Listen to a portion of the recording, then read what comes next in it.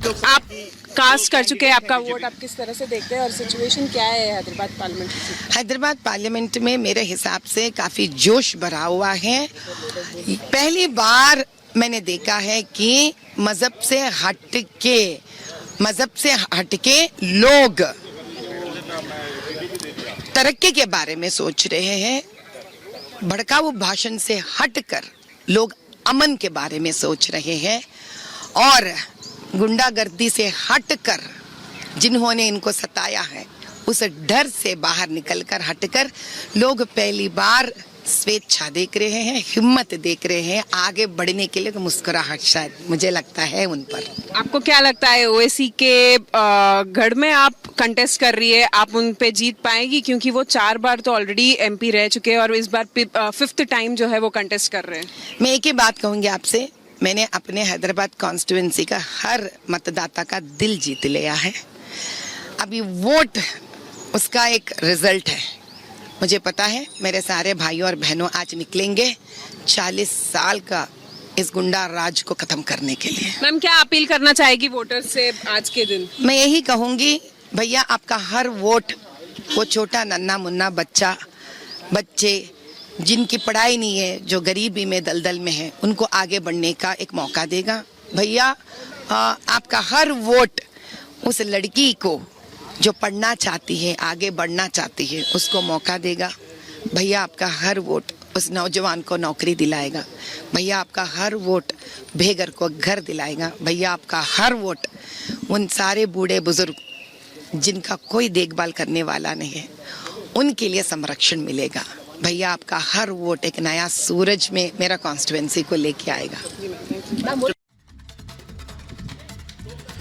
और इसी बीच आप सुन रहे थे माधवी लता को, उन्होंने भी अपील की है। इसी कड़ी में उत्तर प्रदेश के मुख्यमंत्री योगी आदित्यनाथ ने भी लोगों से कहा है कि आप बढ़ चढ़कर मतदान में हिस्सा लें।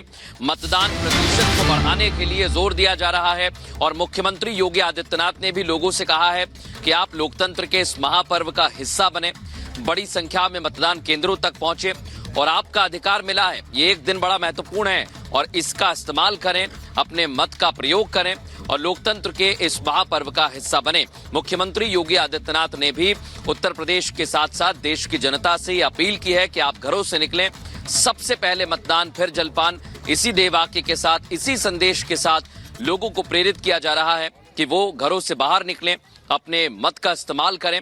और सबसे बड़ी और अहम भूमिका आज के दिन मतदाताओं की ही होती है, क्योंकि अलग अलग संख्या बल में निकलते हैं।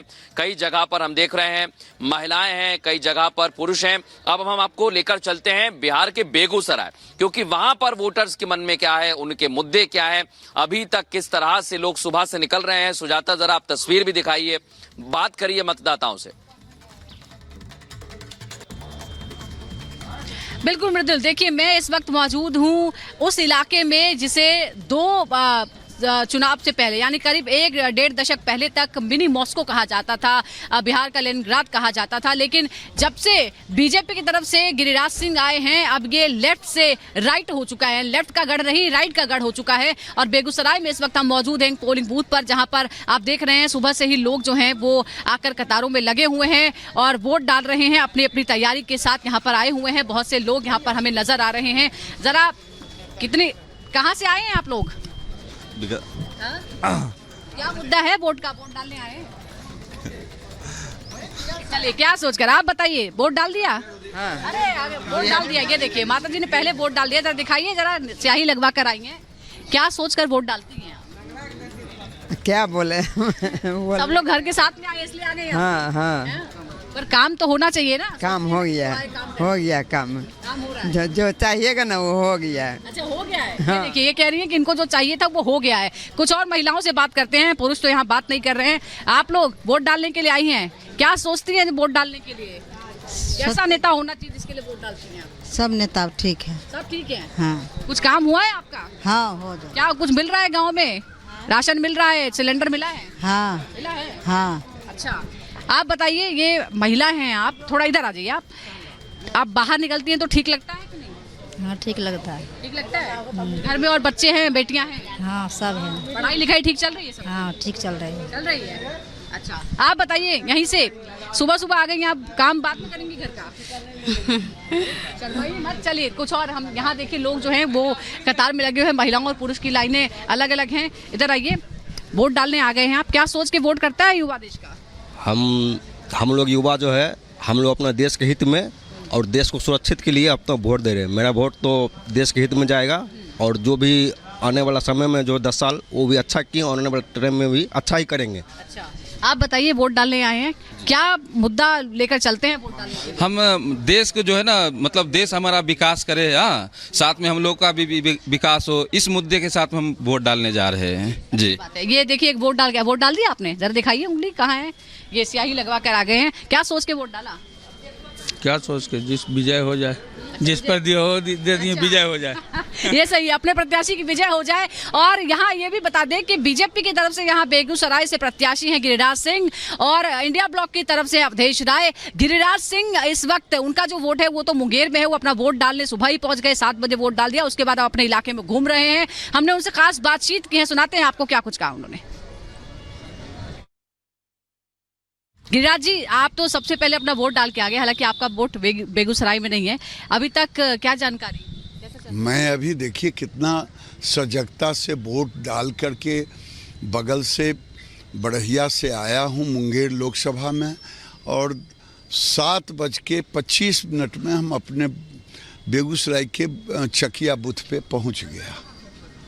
तो वहाँ भी जीतेंगे, यहाँ भी जीतेंगे और बिहार के 40 के 40 सीट मोदी के खाते में जाएगा। बिल्कुल, ये बहुत ही प्रेरणादायक बात है कि गिरिराज जी खुद इतनी सुबह सबसे पहले कतार में जाकर आप मौजूद थे। सर, ये बताइए कि बेगूसराय में इस बार लोग कह रहे हैं कि थोड़ी बदलाव की स्थिति है, क्योंकि जो इंडिया ब्लॉक है उसने एक अलग जातिगत समीकरण MY का फैक्टर जो है वहाँ पर फिर यहाँ लाने की कोशिश की है। क्या इस बार मुकाबला कड़ा है? अगर क्रिया की प्रतिक्रिया होती है, अगर एक वर्ग इकट्ठा होकर मोदी के खिलाफ वोट डालेंगे तो दूसरे वर्ग उनके विरोध में डालेंगे, ये भी होता है, क्रिया की प्रतिक्रिया होती है। तो आपको क्या उम्मीद है इस बार, क्या रहेगा मार्जिन? मार्जिन उससे अधिक रहेगा। सर, ये जो 75 साल की उम्र वाला जो बात है अरविंद केजरीवाल की तरफ से जो कही गई है, आजकल अंतरिम बेल पर बाहर आए हैं तो वो कह रहे हैं कि 75 साल की उम्र में मोदी जी रिटायर हो जाएंगे। आपके लिए भी कहा जा रहा था, लेकिन आपको टिकट मिला और आप प्रत्याशी हैं। देखिए, मोदी जी को देश की जनता अभी नहीं बल्कि जब तक वो काम करने लायक रहेंगे देश का नेतृत्व करते रहेंगे। इन घोटालेबाजों को मोदी से डर लगता है, इसीलिए अभी तो बेल पर आए हैं केजरीवाल, फिर जेल जाएंगे। गिरिराज सर, मैं आपको तब से जानती हूँ जब ये सनातन या हिंदुत्व की बात करना बहुत ज़्यादा ट्रेंड में नहीं था। इस बार आपको क्या लगता है कि जो मुद्दा है वो क्या है? क्या मुद्दा फिर एक बार सनातन है या दूसरे अहम मुद्दे हैं जो हाथ में? देखिए, मोदी का मुद्दा विकास विकास विकास है, लेकिन अगर लालू यादव जी, अगर कम्युनिस्ट पार्टी, अगर कांग्रेस पार्टी मुसलमानों को आरक्षण दे, नौकरी, पिछड़ों का नौकरी छीने, कभी लालू जी पिछड़ों के नाम पर सत्ता में आए, यादव, कोयरी, कुर्मी पिछड़ों को उन्होंने कहा कि आओ आओ आओ, आज पिछड़ों का नौकरी छीन रहे हैं मुसलमानों को आरक्षण नौकरी में दे करके। तो हमारे जैसे लोग तो इसका विरोध करेंगे, क्योंकि ये हिंदू धर्म को ही खत्म करना चाहते हैं। क्या इसे पाकिस्तान बना देंगे? आरक्षण के नाम पर भी भ्रम फैलाने की कोशिश हो रही है, प्रधानमंत्री कई बार अपने मंचों से कह चुके हैं, आप क्या कहेंगे? भाई, मैं भी वही कह रहा हूँ, लालू जी, कांग्रेस, कम्युनिस्ट यही कह रहा है कि मुसलमानों को आरक्षण दो। आखिर क्यों दो मुसलमानों को आरक्षण? मुसलमान को आरक्षण की ज़रूरत क्या है? अगर आरक्षण देंगे तो हिंदू पिछड़ों का ही, यादव का, कोयरी का, कुर्मी का, इनका ही तो हक छीनेगा। लेकिन राहुल गांधी आरोप लगा रहे हैं कि आप बीजेपी आरक्षण खत्म करना चाहती है, उसी की साजिश हो रही है संविधान बदलने की। ये तो उल्टे चोर कोतवाल को डांटे। राहुल गांधी क्या बोलते हैं उनको खुद ही नहीं पता है, वो बोलते क्या हैं, क्योंकि उनको पता ही नहीं है। अगर गाय के एक बछड़ा और बछड़ी का जमात रहे और कहे निकाल के लाओ बाछा तो निकाल के लाएंगे बाछी। यही राहुल गांधी है।